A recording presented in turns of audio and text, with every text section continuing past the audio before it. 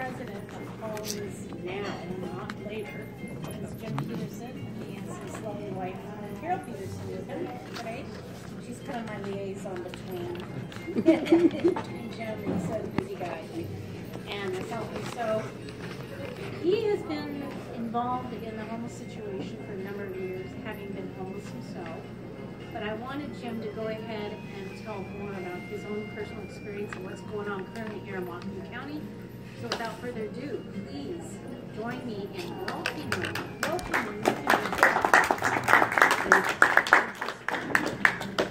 Mike.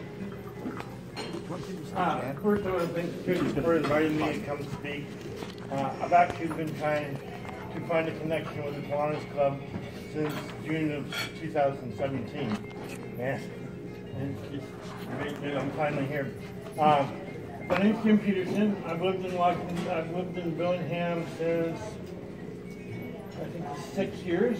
I moved here from Iowa because I couldn't take the cold anymore. That's a deposit. And Where in Iowa? in Indianola. Warren County. Yeah. And when I moved here, I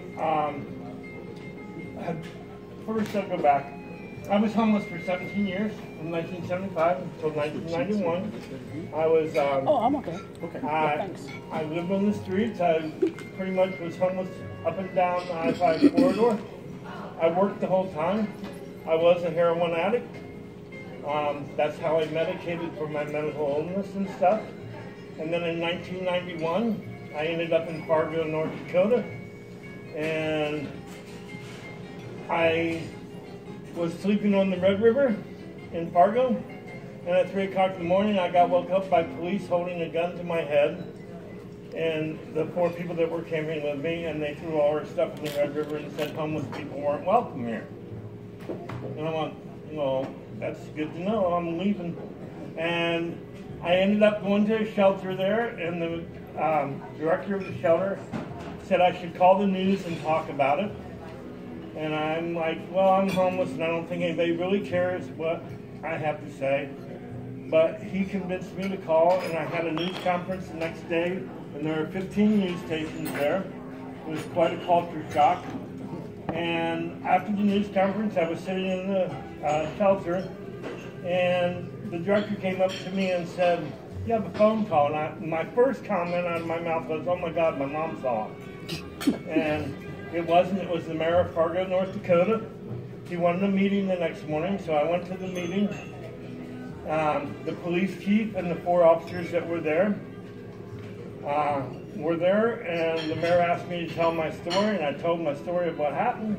And he asked the police chief, is that what happened? He said, pretty much. And he goes, good, you're fired, and all 4 officers were fired. And he fired him right on the spot, and then made me the advocate between the homeless community and the city hall for Fargo, North Dakota. And then through that, I became an advocate for the homeless in Fargo. Then the National Coalition for the Homeless heard about my story, and they got me traveling across the country speaking at colleges about homelessness and poverty. And then they hired me, and I was a lobbyist on Capitol Hill in Washington, D.C. for the National Coalition for the Homeless, and I realized just how screwed up politics were and how nothing really happens in politics. And so I quit after a year and a half and ended up working for AmeriCorps. And I worked in their hunger program, going around the country, starting food banks and stuff like that. And I did that for 2 years.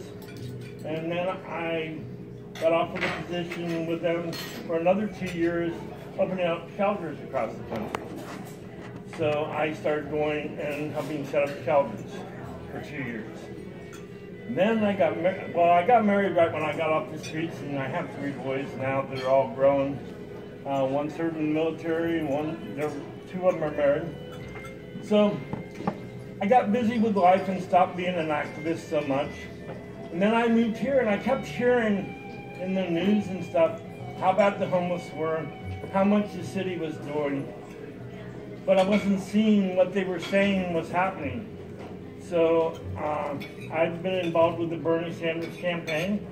I ran the Bernie campaign here in Whatcom County. You probably saw my little car go around all painted with Bernie stuff. If you've seen it, it's no longer. So, after the Bernie campaign, me and a friend that started that, Doug Gupson, and I were sitting in his office, and I said, now what do we do? Because I had a void, because I've always been an activist at grassroots level. So he said, I don't know. And I said, well, I have this crazy idea. Let's build tiny homes for the homeless. So he goes, sounds like a good idea. So June of 2017, we formed Homes Now, Not Later. We filed for a 501c3 status. We got that within a couple weeks. And we started asking the city for land so we can build tiny homes, and kept getting no's from them and why we couldn't, but not how we could. And then Lumley Nation reached out to us, and we went out there on a Monday and talked to Nick Lewis, who's a council member out in Lumley. And he showed us around Lumley. And we pulled up to one of their shelters out there, and I looked at their backyard, and I said, perfect place for 2 tiny homes. And everybody kind of chuckled. And then we got back to the Lumley office, and he said, do you trust a handshake? And I said, 1 time. And he goes, you can put 2 tiny homes in the back of the shelter. And this is on a Monday. And I said, we'll have one there by Friday. And he went, huh? I'm like, we'll have it there Friday. Thursday, we had our first tiny home on site. That weekend, we had a volunteer group come and retrofit the inside with insulation and electric and everything. And within 2 weeks, we had a homeless person living in there. And then right after that happened, then we built our second one. And then we built our third one. And then we stopped out on Lumley, and we thought that was enough to convince the city government to work with us. How wrong we were. We've been fighting with the city for about 1 year and 7 months. If any of you were at the City Hall last year between December 1st and December 18th, you saw us. We were camped on their lawn for 18 days, trying to raise awareness. One thing I would like to say is not all homeless people are drug addicts and alcoholics and mentally ill. That's 20% of the population. The 80% aren't that. About 45% of the homeless population work full-time jobs, and not one, they work 2. But as we all know, the prices of rent in Dillingham and Whatcom County are sky high. So if you're working a minimum wage job, it's really hard to afford rent, especially every August and September when the landlords send out their notices of the rents are going up. So we never gave up. We kept going. We do our monthly homeless summit where we feed the homeless and give away clothing. And now we build a shower truck, a mobile shower truck. We give showers, and that's usually the third Sunday of every month. We serve about 150 meals. We give away about clothes for about 75 people, sleeping bags, tents, tarps, coats, whatever they need. It's grown into quite a thing now. And we've been doing that for 17 months. We did that. That wasn't our goal. Our goal was to build tiny homes. That was it. But until we could build tiny homes, we decided we had to do something. We couldn't just sit and not do anything. Last Tuesday, we were planning our next sleep out for not City Hall. We were going to do Maritime Park. And we got called into the principal's office, the mayor's office, and told we can't do that, and that they didn't really like the idea. So last Tuesday, I got an email saying that the city wanted to meet with us, and we went up there and meet, and it was like being in the principal's office, what we were doing wrong, why they didn't want to work with us, blah, blah. A bunch of reasons why not. You know, if you did this, we'd work with you. And so we left the meeting kind of discouraged, and then I got a call from Rick Sepler, the director of planning, last week, and he said, how long are you going to do your sleep out? And I said, like I said, until you give us a safe place to camp or you arrest us all. The next day I got an email from them, they wanted to meet with us again. So we met with them, and it was a totally different story. We're now going forward with Winter Haven, which is what we've named it.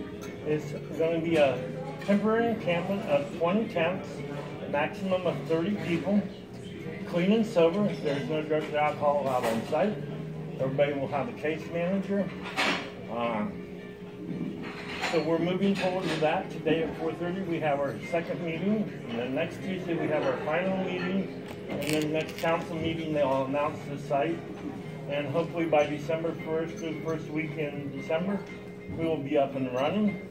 I can't tell you the site. I know the site, but we're not allowed to say anything until they make it public. They're playing real secretive, like they don't want anybody to know because people will get up in arms probably. But I just want to say something about tent encampments, why they work and why tiny homes work. When you're homeless, you're in 24/7 survival mode. All you're worried about is where am I going to eat, where am I going to sleep, and where am I going to be safe. You don't have time to worry about, well, if I did this, I wouldn't be here, or I could save some money, I wouldn't be here. So what temporary encampments and tiny homes do is give people a safe, secure place to be. They don't have to lug, they don't have to push their shopping carts around, they don't have to carry everything they own to work. They don't have to take it to a job interview, they don't have to take it to a doctor appointment. They actually have a place to be. And it forms a community. And once you become safe and secure and you realize you don't have to worry about where you're going to eat, where you're going to go to the bathroom, where you're going to take a shower, where you're going to be safe, your mind becomes a little bit clearer. You get out of that 24-hour survival mode, and you get into the mode of, wow, if I did this, I could get this. And with our guidance and with the help of case managers and other nonprofits around the city, we'll be working with the Opportunity Council, the police force, the city, the HOT team that goes out and talks to the homeless people. This isn't something that Homes Now can do by itself. We need the whole communities to help to make this work. I know there's a big fear out there we'll become like Seattle and all the homeless will come to Dillingham. I can promise you they won't. They're busy with their own life. They're in survival mode. What it will do is it will show the community that the fears they have of what will happen are unfounded. Are there bad homeless people? Yep. Are there bad house people? Yeah. It's about the same. When you do the research, the bad homeless people, or it's about 20% are bad. And when you do house people, about 20% of house people are bad. So it's not about being homeless. Homelessness to me just means being without a home. Throughout the drug and alcohol addiction, because if you want to put people, if you want to say, get your life together and then we'll help you, imagine me as a recovering addict, the first thing I was taught was change your playmates, your playgrounds, and your playthings. So if I'm clean, but I'm still living in the streets around people that are using, how do you expect me to stay clean? You can't. So a lot of money gets wasted in, we're going to send you to mental health treatment. Yeah, you got to go back and live under the bridge and stay sane. It's really hard to do. So this gives people a chance to become stable. It gives them a chance to form a community. What we're hoping out of this, and I said it last night at City Council, this Winter Haven will either make or break Homes Now. We'll either prove that everything we've been saying for the last year and 7 months we can do, or we won't. And if we don't, then we won't be trusted to do anything. So me and Doug have a lot invested in this. I'm retired. I probably work more hours than I ever worked, and it's all for free because everybody at Homes Now is a volunteer. Nobody gets paid. 96 cents of every dollar that we get, it goes directly to serving homeless people, either buying food, clothing, tents, sleeping bags, whatever. We keep our admin costs at about 4 cents on the dollar. So nobody gets paid. Nobody will ever get paid at Homes Now. We want people to volunteer with us that want to help.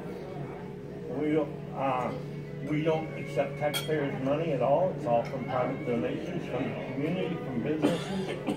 And the reason we do that is I pay taxes, but I don't like that my taxes go to support war. But I'm forced to do that. I don't want people forced to support something that they're not for. If they don't want to help the homeless, then they shouldn't be forced with their taxes to help the homeless. Just like I shouldn't be forced to support a war. So everything we do is on private donations. We need to raise about $11,000 for the whole project, which is 3 months, to get us from December to mid-March. We've raised about $4,500 today, as of today. So we're still looking for more money. Anything helps. We're also having a planning meeting this Saturday at 2 o'clock at our office at 814 DuPont Street. It's in the 2020 Engineering Building. To plan this, we need about 30 volunteers to help set up. We need about 30 volunteers a week to help run it. And that would include just coming down and talking to homeless people.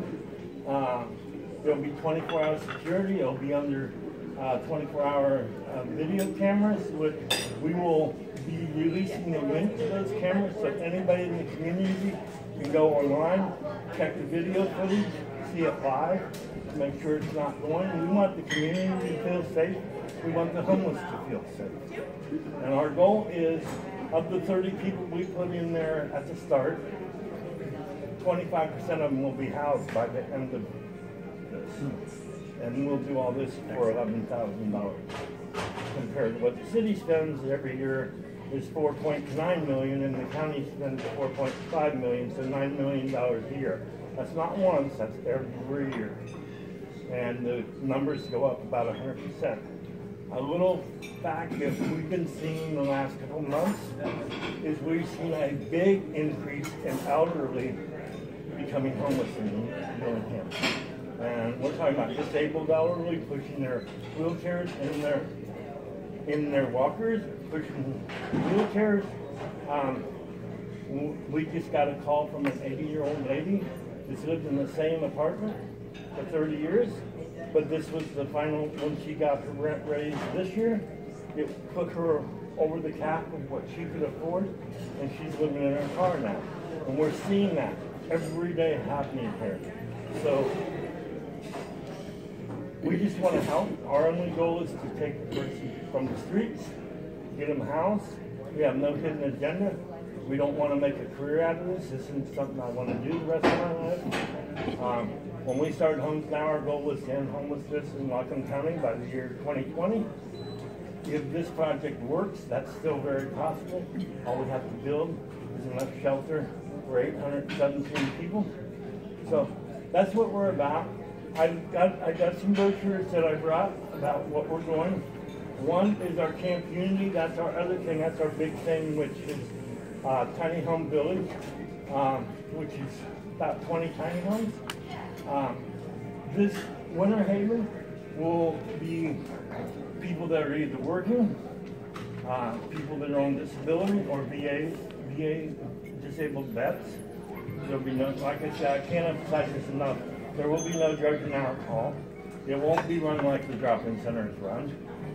You won't see people maneuvering outside. We will be doing community outreach. We'll do litter pickup in the community once a week. We'll invite the community in once a week for a meal with the homeless. Because we want the community, this is a community thing. The homeless out there is somebody's mother, brother, daughter, sister, grandma, grandfather. It could be your son, it could be your daughter. So I really appreciate the chance. And got any questions? I'm more than free to answer. Yes. Who pays for the maintenance and the utilities for people in the house? Are the people in it paying? When we do tiny homes, we charge 10% of the people's income, or $250, whichever is more. And then what's left over from that, we put it in a fund, so when they're ready to move on, we can help them with their utility deposits or their rent deposits or whatever they need.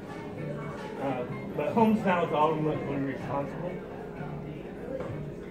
Are these mini homes wet or dry? Everything we do is clean and sober. No, but I mean, Are they watered and sewered? No, They are electrified? they are electrified. They have electric, but no water and sewer. And there's a reason for that. When I went around the country looking at other tiny home villages, the ones that have bathrooms inside weren't such a community. The ones that had community bathrooms and showers, they formed a better community, because what they found out in the ones with bathrooms and showers is the homeless people hibernated inside. They didn't come out. And when you have a community kitchen, you kind of force the community, you force them out of their shell. And so, no. How much is it to construct that? For a tiny home, it costs us about $2,500 to build. You working with the mission? We talk to the mission. We have meetings about once every week with the mission to talk about how, because their mission is totally different than what our mission is. So we do talk with them. Do we have a great working relationship? I wouldn't say that, but we respect each other. Yes. Yes, we have talked to Interfaith Coalition. What was their take back? Well, we first approached them about help with land, a church that could donate some land, or a parking lot where we could put 5 or 6 tiny homes. And they're more, they were invested in the promise thing they're doing, family promise thing they're doing right now, which I understand. There's a lot of help. That's one thing people don't understand in Billingham. There's a lot of help for women and children and families. If you're a single male and you have kids and you become homeless, there is 0 services for you in Billingham. Nothing. So when you're single, if you're a couple but not married, you've got to be split up wherever you stay. So this gives the people a chance to stay together. Is there a new building on the State Street there with Opportunity Council has been involved in that? Are you involved in that too? On where? On State Street? No, we're not building anything in town right now. Well, but it's got 14. Northwest Youth Services and Opportunity Council. Yeah. Yeah. No, we're not involved in that right now. Also, I'd like to mention, if you want to check us out more, you can go to homesnow.org. That's our website. And it's really intense. You can volunteer there. You can donate there. You can look at all the plans. We're as transparent as can be. Unintended. So. Thank you very much.